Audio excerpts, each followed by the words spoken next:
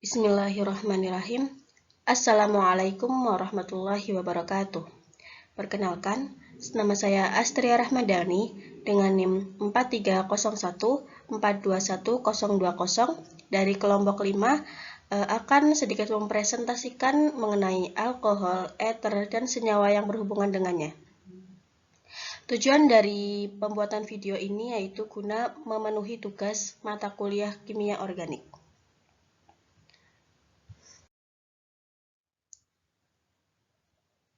Materi yang pertama yaitu ada ikatan di dalam alkohol dan eter. Terdapat beberapa poin.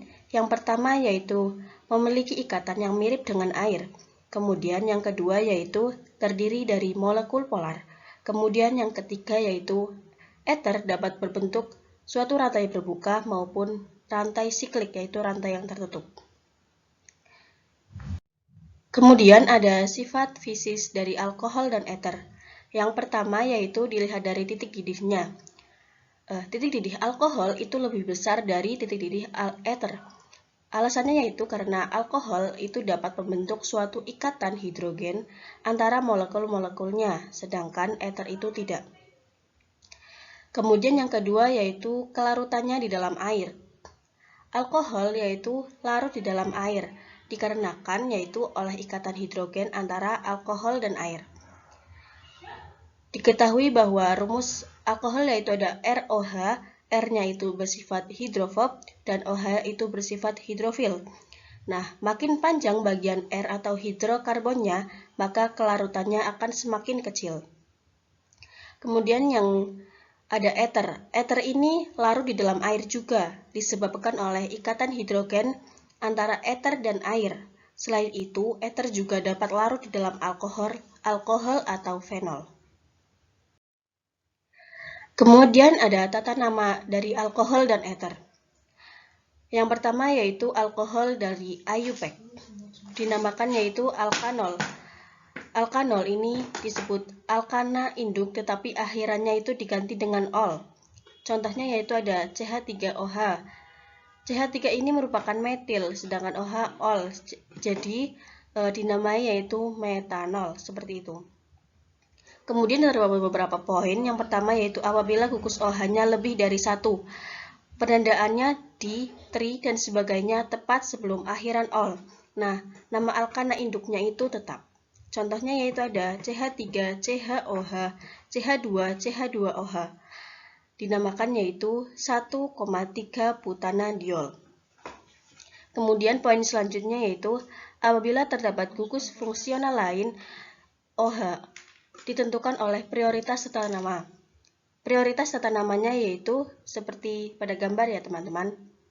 Nah, poinnya yaitu gugus yang berprioritas tertinggi memperoleh nomor awalan terendah. Nah, untuk gugus yang berprioritas lebih rendah menjadi cabang dan dinamai dengan awalan. Contohnya tertera pada gambar. Kemudian nama alkohol dilihat dari trivialnya, yaitu dinamakan alkil alkohol. Contohnya yaitu ada CH3OH. CH3 tadi itu berupa metil dan OH itu alkohol, jadi dinamai metil alkohol. Nah, jika sebuah diol, maka suatu diol ini sering dirujuk sebagai glikol. Jadi penamaannya yaitu alkena padanannya ditambah dengan glikol, seperti itu. Kemudian ada tata nama dari eter. Jika dilihat dari IUPAC, penamaannya yaitu berupa alkoksi-alkana. Dapat dilihat di slide bahwa ada CH3, O, CH2, CH2, CH3. Untuk rantai yang pendek yaitu disebut dengan alkoksi, kemudian untuk rantai yang panjang dinamai itu alkana. Untuk penamaan senyawa ini, CH3 berupa metoksi dan CH2, CH2, CH3 karena rantainya ada 3 ya teman-teman menjadi propana. Jadi penamaannya yaitu metoksi propana. Apabila terdapat gugus fungsi lain selain R-omin, dapat ditentukan oleh prioritas tata namanya, penomoran dari gugus fungsi yang berprioritas tertinggi, seperti itu. Kemudian ada penamaan eter dari trivial, yaitu penamaannya yaitu alkil eter. Alkil pertama dan alkil kedua yaitu diurutkan sesuai dengan abjad. Masih pada contoh yang tadi, untuk yang CH3 itu disebut alkil, kemudian ada gugus O-nya ini berupa ether, kemudian ada CH2, CH2, CH3 disebut alkil 2. Nah, karena CH3 ini metil, kemudian CH2, CH2, CH3 ini merupakan sebuah propil, maka sesuai abjad, kan M dulu baru P, baru berarti dinamai dengan metil, propil, kemudian disusul dengan ether. Jadi metil, propil, ether. Untuk contoh lain dapat tertera di slide ini ya teman-teman. Kemudian ada pembuatan alkohol. Yang pertama yaitu dengan reaksi substitusi nukleofilik. Apabila alkil halida primer dipanaskan dengan NaOH di dalam air, maka akan menghasilkan suatu alkohol dengan jalan reaksi SN2. Tahapannya seperti ini. Kan ada 1 bromopropana ditambah dengan OH- yang dipanaskan menggunakan kalor, maka menghasilkan 1 propanol. Jadi, nukleofilnya ini berupa OH-. Dia akan menyerang C dari 1 bromopropana, kemudian di saat yang bersamaan, si Br- ini akan melepaskan diri menjadi Br-. Seperti itu. Jadi, hasilnya 1 propanol ditambah dengan Br-. Kemudian yang kedua ada pembuatan alkohol dengan reaksi Grignard. Nah, suatu reaksi Grignard itu dapat berupa dengan formaldehid akan membentuk suatu alkohol primer, kemudian dengan aldehid lain akan membentuk suatu alkohol sekunder, dan dengan keton akan menghasilkan suatu alkohol tersier. Nah, beberapa reaksi lain yaitu yang pertama ada reagensia Grignard dengan etilena oksida akan menghasilkan suatu alkohol primer. Kemudian ada reagensia Grignard dengan ester akan menghasilkan suatu alkohol tersier. Kemudian yang ketiga yaitu pembuatan alkohol dengan jalan reduksi senyawa karbonil.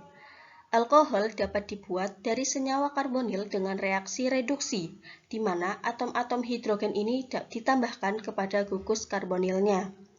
Kemudian yang keempat ada hidrasi alkena. Alkena diolah dengan air dan asam kuat akan menghasilkan suatu alkohol. Untuk contohnya dapat tertera pada gambar. Kemudian pembuatan etanol yang kelima yaitu ada etanol dari suatu peragian. Etanol digunakan dalam minuman diperoleh dari peragian karbohidrat yang berkataliskan enzim.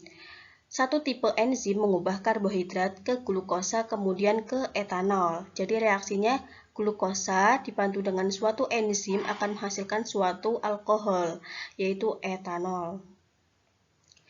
Sumber karbohidrat untuk peragian bergantung pada ketersediaan dan pada tujuan penggunaan alkohol itu sendiri.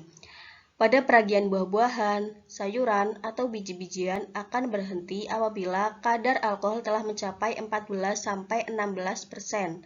Nah, jika diinginkan kadar yang lebih tinggi, maka campuran tersebut itu harus disuling terlebih dahulu, kemudian distilatnya berupa azeotrop 95%. Seperti itu. Kemudian ada reaksi substitusi alkohol. Yang pertama yaitu ada reaktivitas hidrogen halida. Nah, dalam reaksi substitusi alkohol, reaktivitas hidrogen halida tertera pada gambar yaitu pKa-nya HF, kemudian ada HCl, kemudian HBr dan HI. Nah, naiknya kuat asam dan naiknya ke nukleofilan anion, maka naiknya reaktivitas terhadap ROH juga. Untuk urutan reaktivitas asam-asam ini terhadap alkohol paralel dengan kuat asamnya relatif, tertera pada gambar teman-teman. Untuk reaksi laju, naiknya laju reaksi seperti pada gambar, yaitu dari HCl kemudian naik ke HBr kemudian naik ke HI, seperti itu. Kemudian yang kedua yaitu ada reaktivitas alkohol terhadap hidrogen halida. Untuk urutan reaktivitas alkohol terhadap hidrogen halida tertera pada gambar bahwa naiknya reaktivitas ROH terhadap HX yaitu ada metil, kemudian primer, kemudian sekunder, kemudian tersier, bensilik, dan alilik. Semua alkohol mudah bereaksi dengan HBr dan HI. Untuk alkohol tersier itu alkohol bensilik dan alkohol alilik itu mudah bereaksi dengan asam kuat HCl. Dan untuk alkohol primer dan sekunder yaitu kurang reaktif dan memerlukan bantuan ZnCl2 yang tidak berair. Kemudian yang ketiga yaitu ada SN1 atau SN2. Untuk SN2 ada reaksi yaitu alkohol sekunder dan tersier bereaksi dengan hidrogen halida. Itu merupakan suatu reaksi dari SN2. Kemudian untuk alkohol primer bereaksi dengan hidrogen halida, reaksinya yaitu berupa SN1. Reagensia lain yang digunakan untuk mengubah alkohol menjadi alkil halida yaitu berupa tionil klorida, fosforus tribromida. Untuk tionil klorida, tahap-tahapnya tertera pada gambar, kemudian untuk fosforus tribromida juga seperti itu. Kemudian ada reaksi eliminasi alkohol. Alkohol dapat bereaksi eliminasi menghasilkan suatu alkena. Nah, disebut reaksi hidrasi, yaitu karena dalam reaksi tersebut melepaskan air. Selain H2SO4 sebagai katalis hidrasi, katalisnya juga bisa digunakan dengan asam kuat lain. Untuk alkohol sekunder dan tersier, didehidrasinya dengan jalan E1 atau eliminasi 1. Kemudian ada alkohol sebagai asam. Alkohol tadi kan rumusnya yaitu ROH. Nah, alkohol ini bersikap sebagai basa ketika menerima sebuah proton menjadi ROH2+. Sedangkan alkohol bersikap sebagai asam ketika alkohol ini tuh melepaskan sebuah proton menjadi RO-. Dalam larutan encer di dalam air, pKa alkohol kira-kira akan sama dengan pKa dari air. Nah, dalam keadaan murni, alkohol ini jauh lebih lemah sifatnya asamnya daripada air. Mengapa hal tersebut bisa terjadi? Karena alkohol memiliki tetapan dielektrik yang lebih rendah. Nah, karena itu mereka kurang polar. Nah, alkohol kurang mampu mendukung ion daripada molekul air. Pembahasan yang selanjutnya yaitu ada alkoksida dan fenoksida. Yang pertama yaitu ada alkoksida. Alkoksida ini merupakan garam suatu alkohol. Contohnya yaitu ada CH3O- Na+, yang disebut natrium metoksida. Nah, alkoksida ini merupakan suatu basa yang kuat, umumnya lebih kuat daripada hidroksida.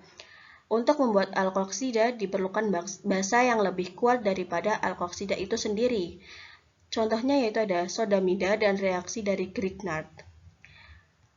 Metode yang paling mudah untuk pembuatan alkoksida yaitu dengan mereaksikan alkohol dengan logam alkali. Contohnya yaitu ada metanol CH3OH ditambahkan dengan Na menghasilkan suatu alkoksida yaitu CH3O- dan Na+. Kemudian yang kedua yaitu fenoksida. Fenoksida ini merupakan suatu garam dari suatu fenol.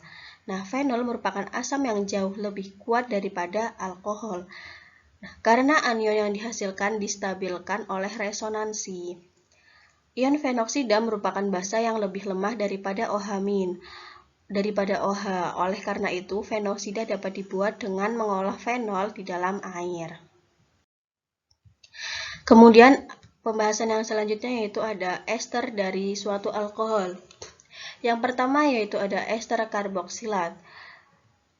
Reaksi esterifikasi merupakan reaksi antara alkohol dengan asam karboksilat dan turunannya membentuk suatu ester asam karboksilat. Kemudian yang kedua yaitu ada nitrat. Ester anorganik alkohol merupakan senyawa yang dihasilkan oleh reaksi antara alkohol dan asam mineral HNO3 dan H2SO4 atau halida asam dari asam mineral yaitu SOCl2. Kemudian asam nitrat merupakan zat pengoksidasi yang kuat dan oksidasi alkohol dapat menyertai pembentukan ester nitrat. Nah, ester nitrat ini merupakan bahan peledak. Kemudian yang ketiga yaitu ada sulfat. Reaksi antara asam sulfat pekat dengan alkohol dapat menghasilkan ester sulfat monoalkil atau dialkil. Monoester diberi nama alkil hidrogen sulfat, asam alkil sulfat atau alkil sulfat, sinonimnya ya. Nah, sifatnya itu bersifat asam. Diester dibentuk dari nama gugus alkil yang ditambah kata sulfat. Nah, untuk diester ini sifatnya itu tidak asam. Apabila ada suatu alkohol yang dicampur dengan H2SO4, maka berlangsung sederetan reaksi yang reversibel atau bolak-balik. Kemudian ada sulfonat. Sulfonat ini merupakan suatu ester anorganik dengan rumus SRRSO2OR ini ya. Nah, P-toluena sulfat atau 4-metil benzena sulfonat lazim disebut tosilat atau ROTS. Untuk pembuatannya yaitu alkohol direaksikan dengan P-toluena sulfonil klorida, seperti pada gambar, teman-teman. Kemudian ada pembahasan yang selanjutnya ada oksidasi alkohol. Dapat diketahui ya teman-teman bahwa oksidasi merupakan dilepaskannya elektron oleh suatu atom. Sedangkan reduksi yaitu diperolehnya elektron oleh suatu atom itu. Aturan sederhana untuk menentukan apakah senyawa organik teroksidasi atau tereduksi dapat dilihat yaitu apabila sebuah molekul memperoleh oksigen atau kehilangan hidrogen maka disebut reaksi oksidasi. Sedangkan apabila sebuah molekul kehilangan oksigen atau memperoleh hidrogen maka disebut reduksi. Untuk deret peningkatan keadaan oksigen suatu senyawa yaitu dari CH3CH3, kemudian ada alkena, ini merupakan suatu alkena, alkohol, kemudian ini ada alkil halida, dan seterusnya itu dilihat pada gambar bahwa meningkatnya keadaan oksidase itu dari sini ke sini, seperti itu. Kemudian untuk oksidasi alkohol. Oksidasi alkohol primer dapat dibuat menjadi suatu aldehida. Apabila dilanjutkan oksidasinya dilanjutkan maka akan menghasilkan suatu asam karboksilat. Untuk alkohol sekunder itu apabila dioksidasi dapat membentuk suatu keton. Kemudian ada oksidasi alkohol di dalam laboratorium. Umumnya zat pengoksidasi laboratorium mengoksidasi alkohol primer menjadi asam karboksilat dan alkohol sekunder menjadi suatu keton, seperti yang sudah dijelaskan tadi. Beberapa zat pengoksidasi yang khas untuk oksidasi ini yaitu ada kalium permanganat basah berupa KMNO4 ditambah dengan OH-, kemudian ada HNO3 pekat dan panas, ada asam kromat H2CrO4, ada kromium trioksida CrO3 yang dikomplekskan dengan piridina atau piridina dengan HCl. Nah, untuk alkohol primer dioksidasi menjadi aldehid. Nah, aldehid dioksidasi kembali menjadi asam karboksilat. Untuk alkohol sekunder dioksidasi menjadi sebuah keton. Nah, untuk alkohol tersier ini tidak dapat teroksidasi dalam suasana basah. Jika dicoba dengan oksidasi dalam larutan asam, alkohol tersier ini mengalami dehidrasi dan kemudian alkenanya akan teroksidasi. Pembahasan yang selanjutnya yaitu ada pembuatan eter. Nah, yang pertama itu dengan jalan dietil eter. Dalam kondisi yang tepat, reaksi H2SO4 dengan etanol akan menghasilkan dietil eter lewat etil hidrogen sulfat sebagai zat antaranya. Reaksinya seperti ini. Ada etanol yang direaksikan dengan H2SO4 akan membentuk suatu zat antara berupa etil hidrogen sulfat. Kemudian zat antaranya ini direaksikan dengan etanol akan menghasilkan suatu dietil eter. Perlu diketahui bahwa dietil ester ini dapat digunakan sebagai anestetika atau obat bius. Nah, dalam abad ke-19 bersamaan dengan kloroform dan dinitrogen oksida dikemukakan sebagai bahan anestesia umum. Kemudian, yang kedua yaitu pembuatan enter melalui sintesis Ether-Williamson. Sintesis Ether-Williamson ini merupakan suatu reaksi substitusi nukleofilik 2 antara suatu alkil halida dan suatu alkoksida atau fenoksida yang menghasilkan ether. Catatan yaitu ada untuk menghasilkan produk yang baik diperoleh apabila alkil halidanya itu berupa metil atau primer dan untuk alkoksidanya berupa primer, sekunder, tersier ataupun aril. Jadi lebih longgar untuk alkoksidanya ini. Reaksinya seperti ini, gambar langsung kepada contoh saja, yaitu ada ion metoksida yang ditambahkan dengan 1 kloropropana dengan jalan S2 akan membentuk suatu metil propil ether. Jadi seperti ini. Ion metoksida ini akan menyerang C dari 1 kloropropana. Nah, di saat yang bersamaan Cl ini akan melepaskan diri membentuk suatu Cl-. Karena SN2 maka tahapannya itu satu tahap ya. Maka membentuk suatu metil propil ether dan ion Cl-.